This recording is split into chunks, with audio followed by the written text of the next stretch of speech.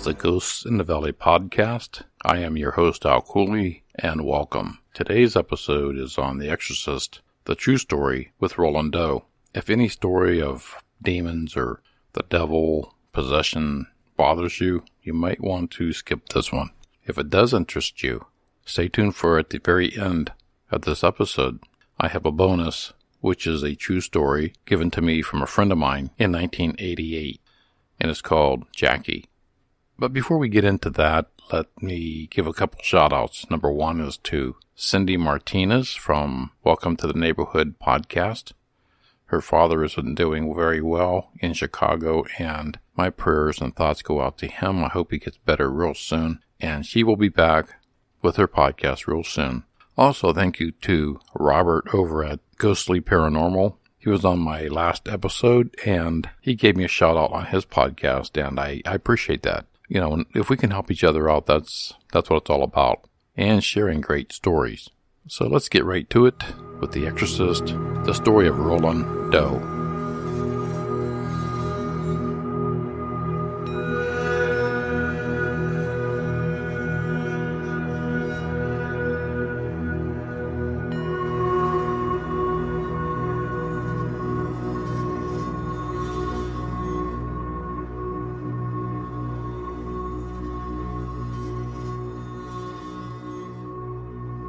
The following is based off the true story of Roland Doe. The Exorcist. The movie came out over 40 years ago, but the true story began in 1948. And we're going to take you back to the very beginning and how the story became a novel written by William Peter Blatty. Now, the movie features a young girl, 12 years old, played by Linda Blair. But the actual story was Roland Doe, whose real name will never be released to the public, but it is a true story. And so they went from a boy to a girl, but the story is based on a little boy. You see, it began in 1948 when Roland was 13 years old, born to a German-American Protestant family. Family friends described the family as normal, but that all changed in the summer of 1948. The boy said he saw an image of Jesus in his grandmother's room, which twisted and moved as if someone was hitting the wall behind it. At first, the family thought it was mice, and they called in pest control, but what happened next left them in no doubt this wasn't rodents. Roland's mattress moved violently in the middle of the night. There was a constant bashing coming from the basement, and a terrible smell that flooded everything, and ordinary objects were suspended in the air. You see, this began when Roland's aunt died, and he began to hear weird noises in the basement, scratching noises. A friend was in their house when the boy was sitting in a chair, and then suddenly, without any warning, he was thrown from it and landed multiple feet away. And this was the first time that someone outside the family had witnessed these weird incidents. Things started to go wrong at school. Roland's family moved him after teachers claimed his desk would move during class as well as objects. He was seen as a troublemaker. A fellow student explained what happened. The desk was shaking and vibrating extremely fast. And I remember the teacher yelling at him and told him to stop. And I remember Roland yelling back at the teacher, saying, "I didn't do it." When Roland's mother walked in to find his bed shaking, they decided enough was enough. Now the family were at their wits' end and was sure Roland was possessed by his dead aunt. They turned to a Lutheran pastor who, when he realized how bad things were, recommended they contact a Catholic priest. A local priest was sent, but Roland screamed at him in Latin. And since I can't read Latin, this is what he said in English. "O priest of Christ, you know that I am the devil." Disturbed and shaken by what he had just seen, the priest applied to the church to carry out an exorcism. Tests were held, as the church requires mental and physical evaluations to be done before any exorcisms can take place. And this is for the safety of the person who is possessed, and it's also for the safety for the person doing the exorcism. Roland Doe was taken to Georgetown University Hospital, a Jesuit-run institution where he could be cared for. So one night in 1949, when Von Hall at St. Louis University was a resident for Jesuits, heard a diabolical laugh that froze his blood. That evening, the young Jesuit was saying his daily prayers as he sat in a small room directly across from the old rectory at the back of the St. Francis Xavier College Church.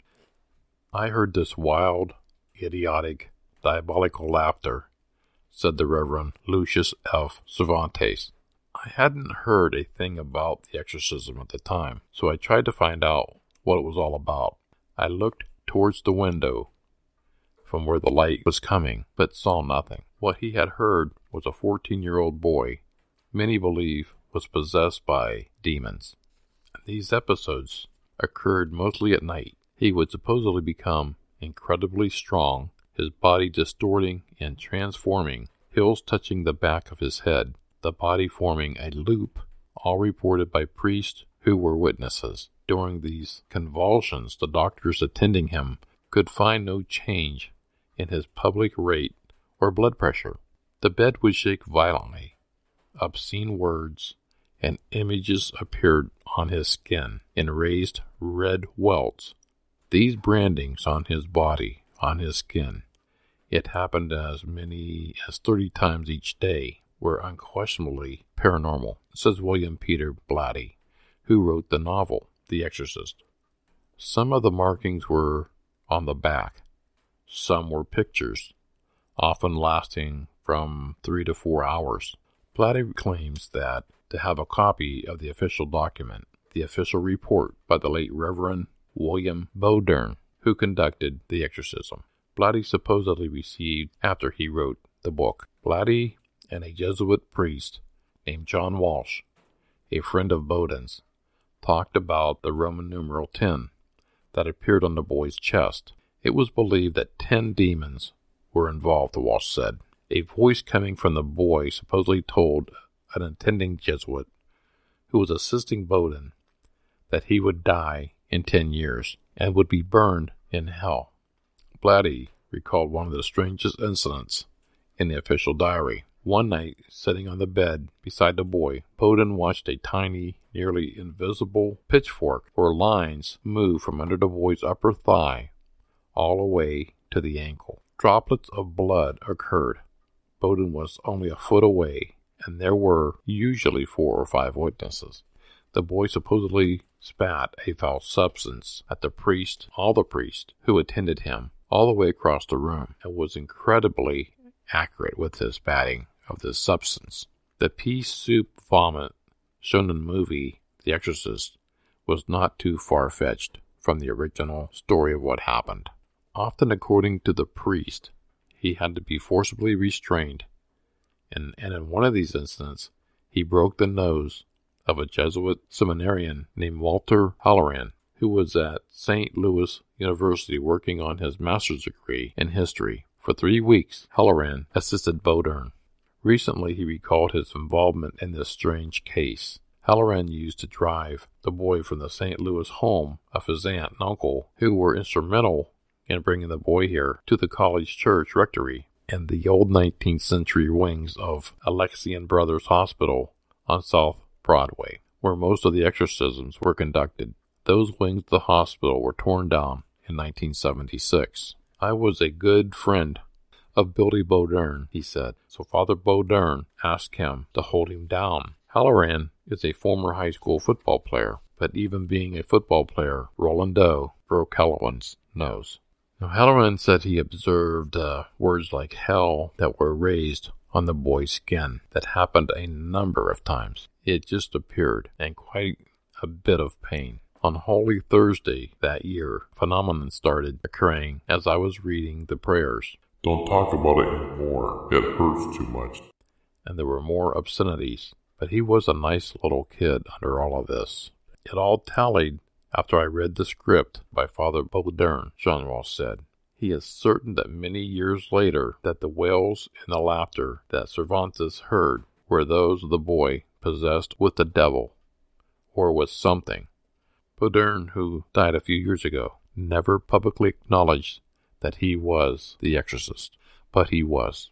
Over the years, Baudin and others kept the identity of the victim a secret. Those who are living are very upset that the story leaked to the Washington newspaper in 1949. That was the beginning of the whisper campaign that surrounded this event. It should have been kept a secret, said William Van Roo, one of 2 Jesuits known to be alive who officially assisted in the exorcism. The whole chronicles were leaked to the Washington Post. The young man had to suffer so much. It caused severe pain and resentment because of confidentiality was violated. Baudin would never talk about it, not even to his family members, said his nephew Ned Baudin of St. Louis. I can't imagine a more totally fearless man than Billy Baudin, Walsh said. You see, Blatty was a student at Georgetown University, a Jesuit school, from 1946 to 1950. A cold rain pelted the awning of Jesuit Hall. A good day for the devil. Walsh became an important link to this strange event because he was one of the few people still alive who read Baudin's secret report, and he did not take an oath that would keep him from divulging any of the document's contents. Indeed, he kept all the grotesque, unbelievable, and fantastic things that reportedly happened to the boy during the 12 weeks of exorcism. And at the end of each day, Baudin met with the witnesses and participants in the room. At times there were as many as 6 to 7 Jesuits, not to mention the boy's family members and others who entered the room. Together they would go over and over of what he had written and verify that this is exactly what happened, according to Blatty. I can assure you one thing, the case I was involved with was the real thing. Baudin once wrote to Blatty, I have no doubt about it then, and I have no doubts about it now. But he would tell nothing beyond that. In some accounts, the exorcism took place here in 1949, was considered by the church officials to be the most significant reported and documented case in 300 years. However, Jesuits being Jesuits, there were many skeptics among members of the Society of Jesus about just what tormented the boy. There are those who doubt that he was even demonically possessed. A prominent Jesuit psychologist of Georgetown, Juan B. Cortez, suggested that calling the devil produces a manifestation of the victim's ideas of him. The boy began acting as a possessed person is supposed to act. There are reports that a Washington University psychiatrist was called in to see the things that were happening. The name I had was Professor Bub. The university has no record of such a person, who reportedly said he witnessed a hospital bedside table levitate slowly to the ceiling, Blatty said. Van Roo, who was there, is guarded about whether he believes this was a case of demonic possession. I'd rather not comment myself on that, he said. Walter Halloran expressed similar sentiments when interviewed by Jennifer Baker of Ladue, a student of Georgetown University, who wrote an article for the school paper, The Voice. I wouldn't be able to say whether it was valid or not. I've withheld judgment. I'm not saying Father Baudin's wrong. I was just more comfortable not coming to a decision. A lot of incidents are explainable by reasons of psychomatic illness, but I don't know if the reasons can explain everything when taken together. Van Roo, who spent 38 years in Rome teaching and writing, he was caught up in the exorcism because he was assigned to St. Francis Xavier Church in 1949 as part of his tenureship. Billy Baudin grabbed Bill Van Roo by the arm and said, I've got just the project for you, John Walsh said. Baudin definitely believed it was a demonic possession. I'm not too sure about Van Roo. I went into the thing without any previous knowledge, Van Roo said, and this thing was draining me at nights. After it was over, I never made that one of my interest, but what I do know about exorcism is almost everything. I would sit at his bedside and watch his eyes. I didn't get involved immediately, but they soon needed help with the boy. It was all unpredictable. I can't recall a pattern. I didn't read Blatty's book. I didn't want to. I personally felt that the movie was utterly disgusting and quite damaging because the effect it might have on the emotionally disturbed people.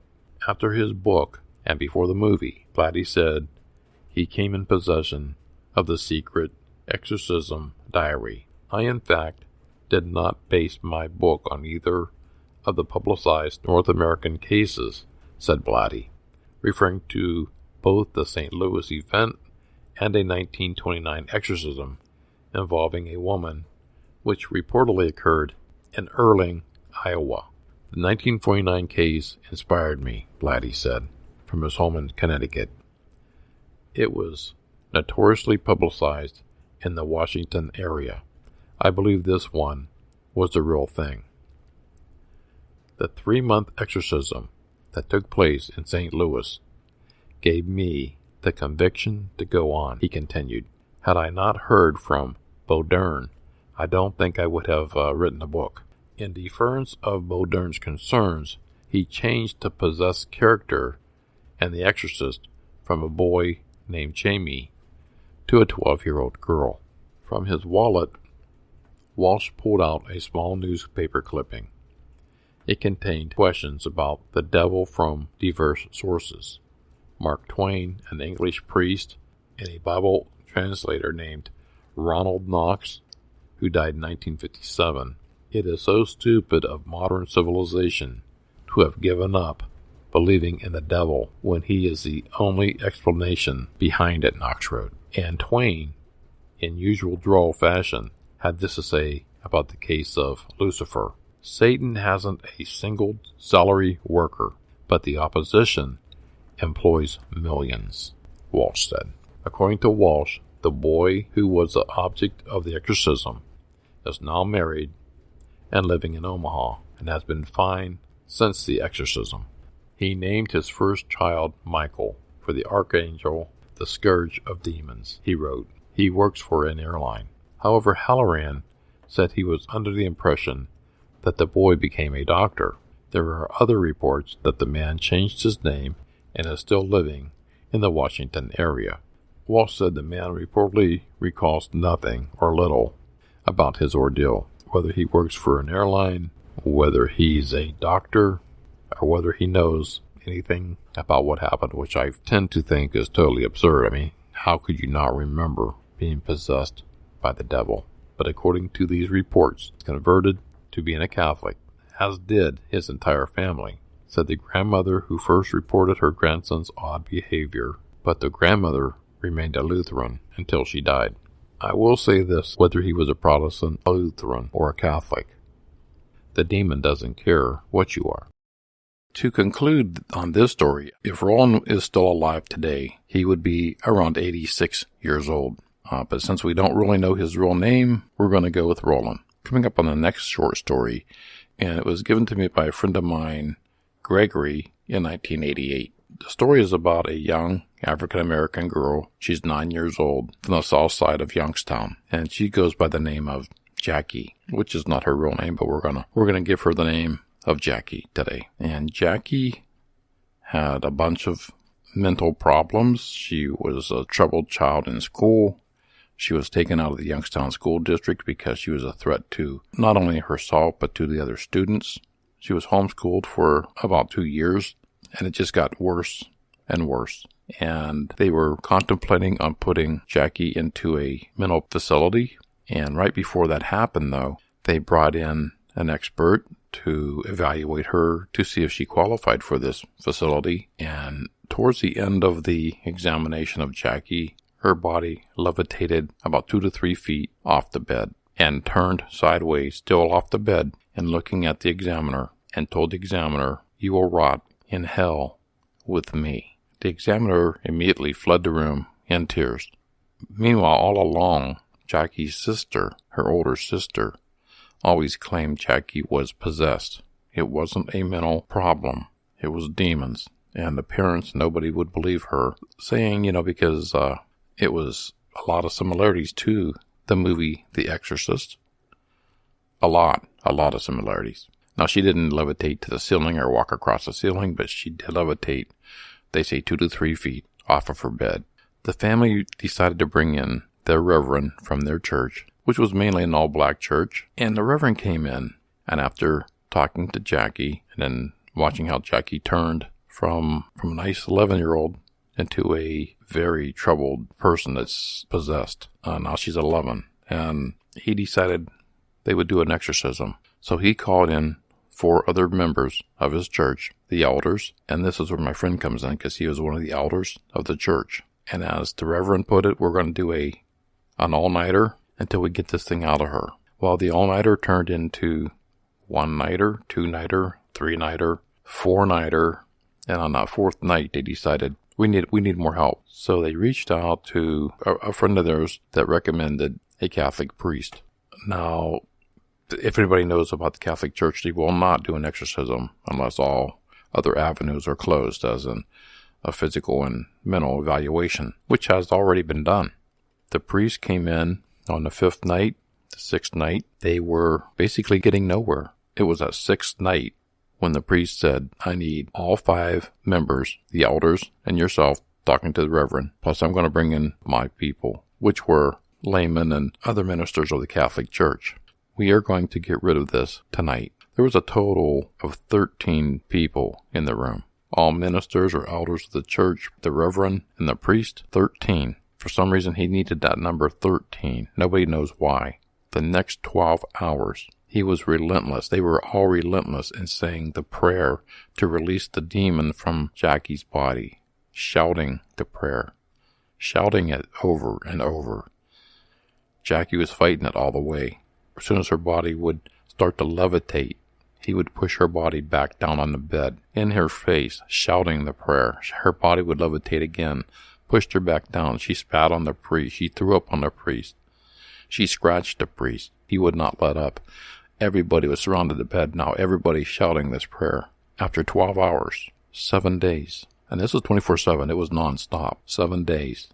The girl's body, her face, stopped being so tensed. Her body got relaxed. She started looking like the 11-year-old that her mother expected her to look like. The little girl started crying. Every grown man in that room wept, for the power of God got that evil spirit out of Jackie. Now, this was told to me by the one gentleman that was in the room. I was going to put it on my documentary that I released in 1998, and that for some reason at the last minute I decided not to put it on there, and I wish I would have after the release of The Exorcist, and I thought that I would be playing off that movie. But anyway, I didn't do it. So some 33 years later, I'm telling the story that was told to me. And as the priest put it to the family, the devil doesn't care what color you are, what religion you are. You can call the devil a lot of different names in a lot of different denominations. The devil doesn't care the color, the gender, the age. Doesn't care. I'm your host, Al Cooley. Ghosts in the Valley.